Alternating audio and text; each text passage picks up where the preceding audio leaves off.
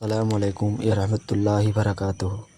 বন্ধুরা, যদি আপনাদেরকে ভয়ঙ্কর ঐতিহাসিক কাহিনী এবং গল্প পছন্দ হয়, তাহলে আপনারা আমার এই চ্যানেলের সাথে যুক্ত হতে পারেন।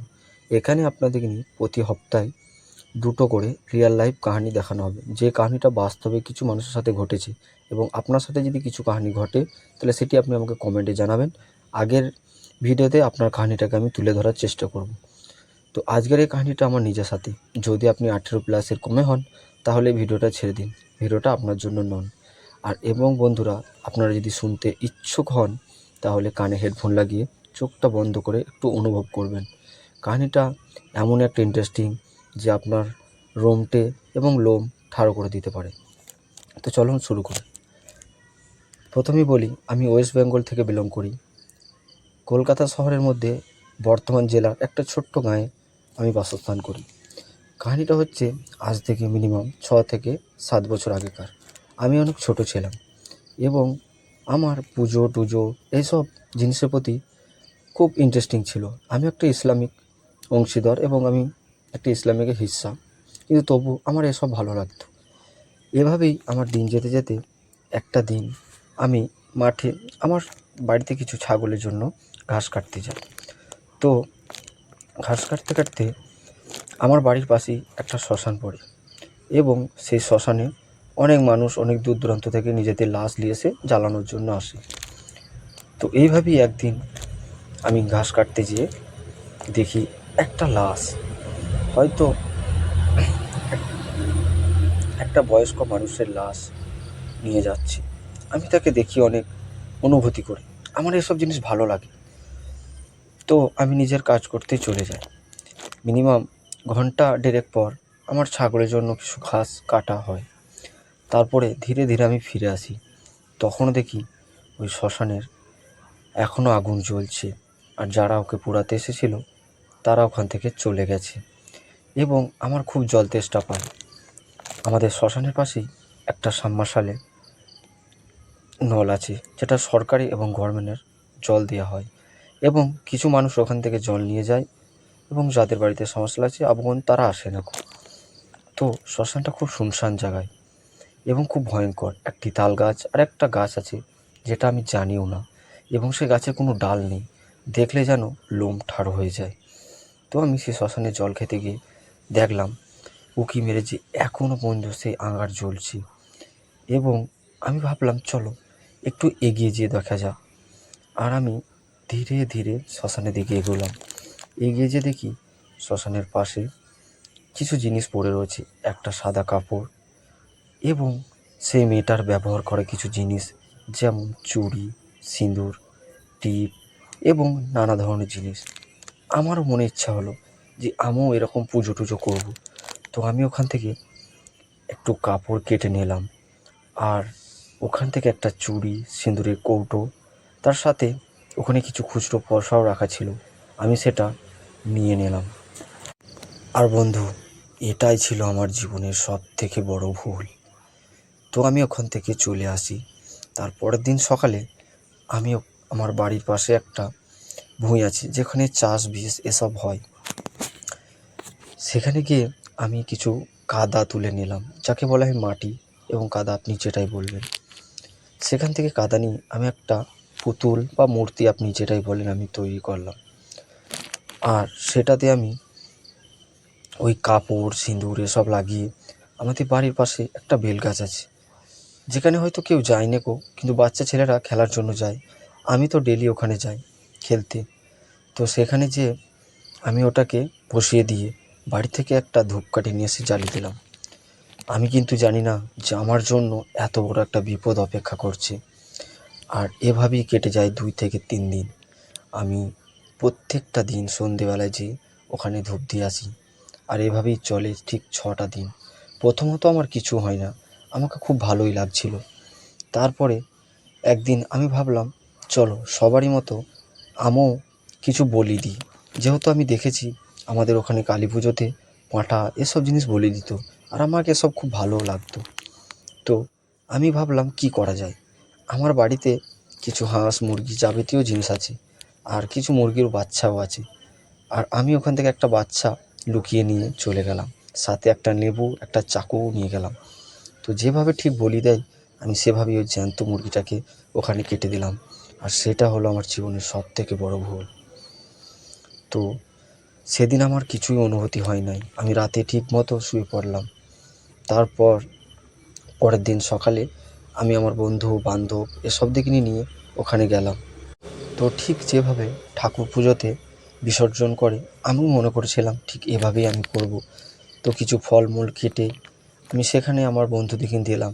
ওরা আমায় জিজ্ঞাসা করলো, এটা কি করছিস তুই? আমি বললাম, কিছু না, এ একটা খেলা। ওরা আর কোনো প্রশ্ন করলো না, চলে গেল। কিন্তু সেদিন যখন আমি বিকালে ওখানে ধূপ জ্বালাতে গেলাম, তখন আমার সাথে যেটা ঘটলো, আমি বিকালে ঠিক 6টা 5-এ টিউশন যাওয়ার আগে ওখানে একটা ধূপকাঠি জ্বালাতে গিয়েছিলাম। আর সেই ধূপকাঠিটা জ্বালানোর পর আমার পুরো শরীর যেন ঠান্ডা হয়ে উঠলো। আমার শরীরে এক একটা লোম যেন কাঁটা ঠাড়ো হয়ে গেল।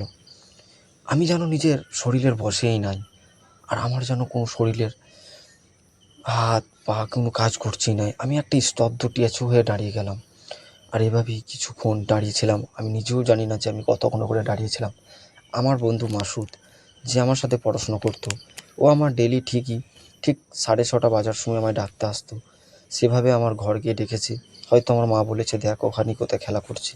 সে আমাকে খুঁজে খুঁজে চলে যায়।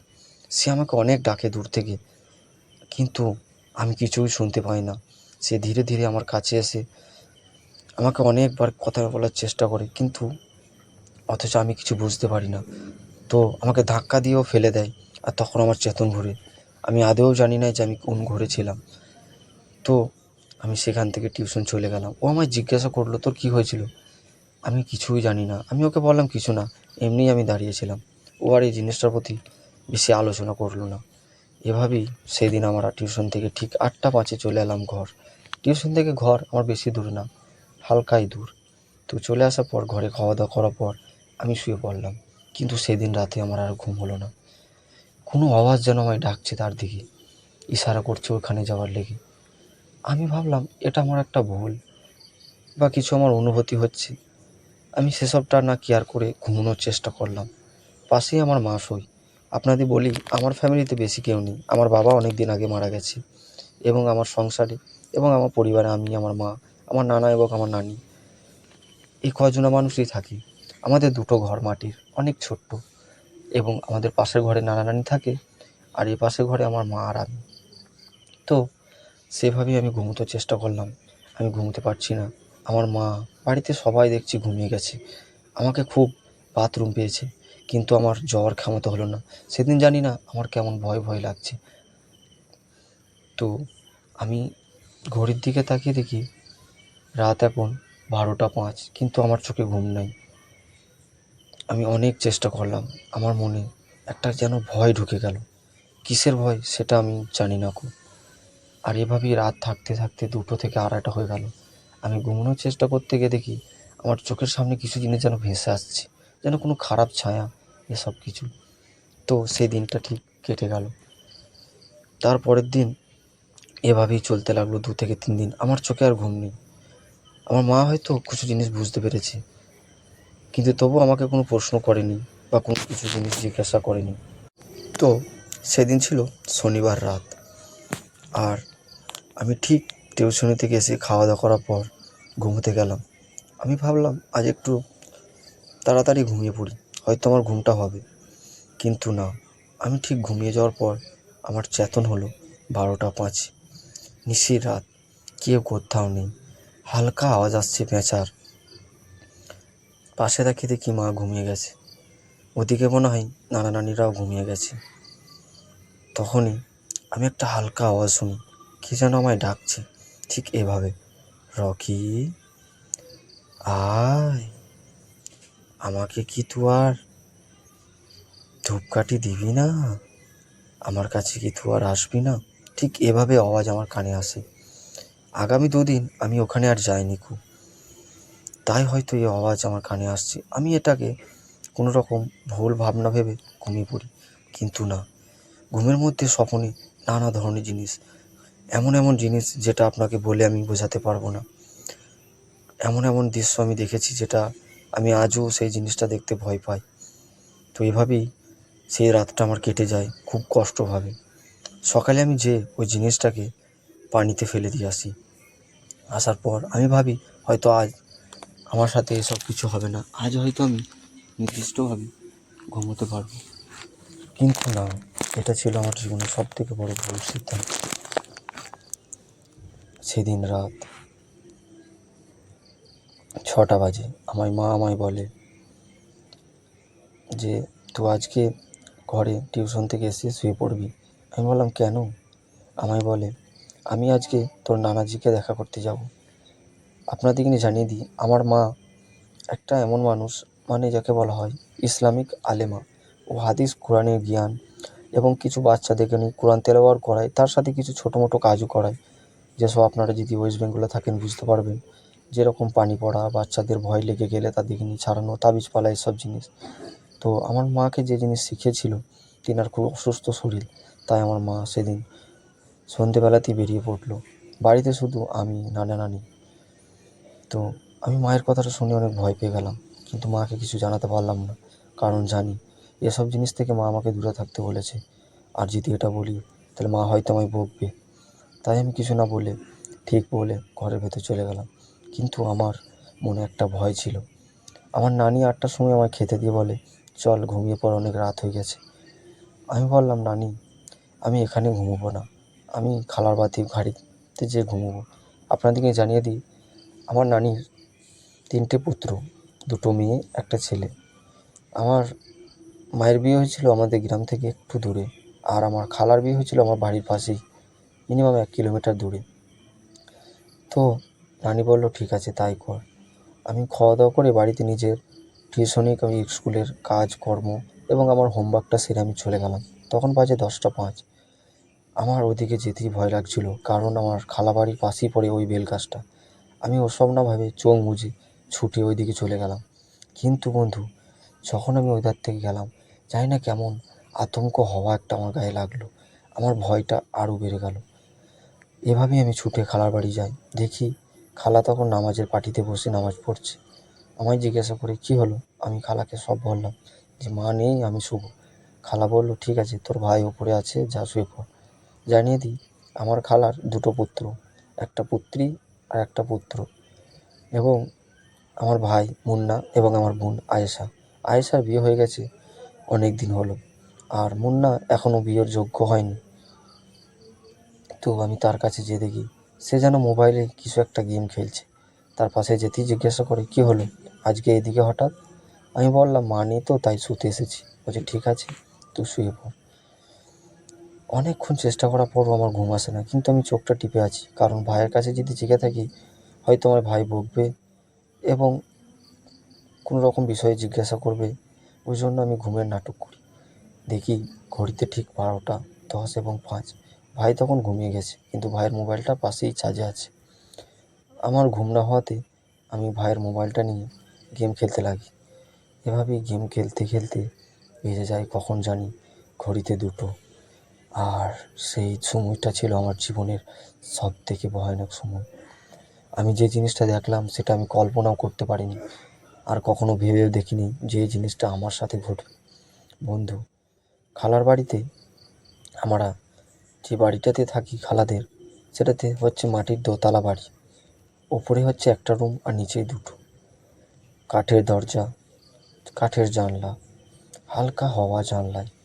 বাড়িতে 2টো রুম থাকার সত্ত্বে নাইট রুমটা জ্বালিয়ে দিই। নাইট রুমটা হচ্ছে ব্লু কালারের, সবই বোঝা যায় কিন্তু হালকা আঁধারা থাকে। তো সেই রুমের ফাঁক দিয়ে আমার গেম খেলতে খেলতে দরজার দিকে চোখ যায়, আর দরজার হালকা ফাটলে দেখি কোনো একটা চোখ যেন আমার দিকে দৃষ্টিতে তাকিয়ে আছে। সে যেন আমাকে কিছু বোঝাতে চাচ্ছে, আর সেই চোখটা এতটাই ভয়ঙ্কর যে আমি আজও পর্যন্ত আতঙ্কে থাকি। আমি ওটা দেখার সঙ্গে সঙ্গে মোবাইলটা রেখে আমার নিজের চাদরটা নিয়ে আমি মুখটা ঢাকা দিই। আমি ভাবলাম এটা কি আমি ভুল দেখি কি নাকি ঠিক। আমি নিজেকে সাহস দিয়ে আর একবার দেখার চেষ্টা করলাম। না, এবারে তো কিছুই নেই। ভাবলাম এটা কি আমার আতঙ্ক। আমি মোবাইলটা পাশে চার্জে লাগিয়ে ঘুমোতে যাব, আর আমার চোখটা পড়ে যায় দরজার কোণে একটা ছোট্ট মাটির ছিদ্র দিয়ে, যেটা যেন ইঁদুরে যেন ফুটো করেছে। আর দেখি একটা কালো হাওয়া যেন ওদিকে ঢুকে উপরে চলে এলো। ওটা আসতেই আমার বুকটা যেন কেমন ধরফর, আমার গাটা যেন কাঁটা দিল। আমি ভাবি এটা আবার কী জিনিস। দেখি ওই ধোঁয়াটা আস্তে আস্তে আমাদের ঘরের ছাদের ওপরে চলে এলো। যেটা বলবেন আপনি ঘরের সিলিং, ঘরের ভেতরে একটা ডুম, একটা ফ্যান। ফ্যানটা যেন হালকা ক্যাচর ক্যাচর আওয়াজ দিচ্ছে আর স্লো মোশনে ঘুরছে, আর ফ্যানের ওপরে হট এসে আটকে যায়। আর তখনই যা দেখলাম, হট একটা মানুষের রূপে আকৃতি নেয়, কিন্তু না, এটা কোনো মানুষ না। আমি দেখি সেই লাশ, যে লাশ আমি পোড়াতে দেখেছিলাম, একটা বিচ্ছিরি জঘন্য রূপ, একটা মেয়ে, তার শরীরে সেই কাপড়, যে কাপড় ওখানে পরে থাকতে দেখেছিলাম। আর সেই লাশটা আধপোড়া একটা লাশ, তার মুখে যেন কোনো মাংস নেই, শুধু হাড়ে ভরা। তার শরীরে মাংস যেন হাড়ের সাথে লেগে আছে, আর শরীরে মাংস যেন কেমন পুড়ে গেছে, কোনো কোনো জায়গায় তো মাংসও নেই। আর তার চোখ যেন আমার দিকেই চাইছে। এটা দেখে আমার যেন শরীর ঠান্ডা হয়ে গেল। আমি বিশ্বাস করতে পারছি না আমার চোখকে। আমি ভয়ে নিজের মুখটা ঘুরিয়ে বালিশের দিকে শুয়ে পড়ি। আমার জানটা এতটা জোরে ধকধক করছে, আমার হৃৎপিণ্ডটা, তার আওয়াজ শুধু আমি শুনতে পাচ্ছি। আমার শ্বাস ফুলতে লাগলো, আমার শরীর আমার শ্বাস ছেড়ে দিল। আমি যেন আমার শরীরের ওপরে কন্ট্রোলই করতে পারছি না। মনে হচ্ছে আমি একটা ট্যাচুর মতো হয়ে গেছি। আমি একটু সাহস জুগিয়ে নিজের মুখটা ঘুরিয়ে দেখি, সে এখনও মধ্যে সে ফ্যানের পাশে লটকাইছে, তার পাটা উপর দিয়ে আর মাথার নিচে দিয়ে।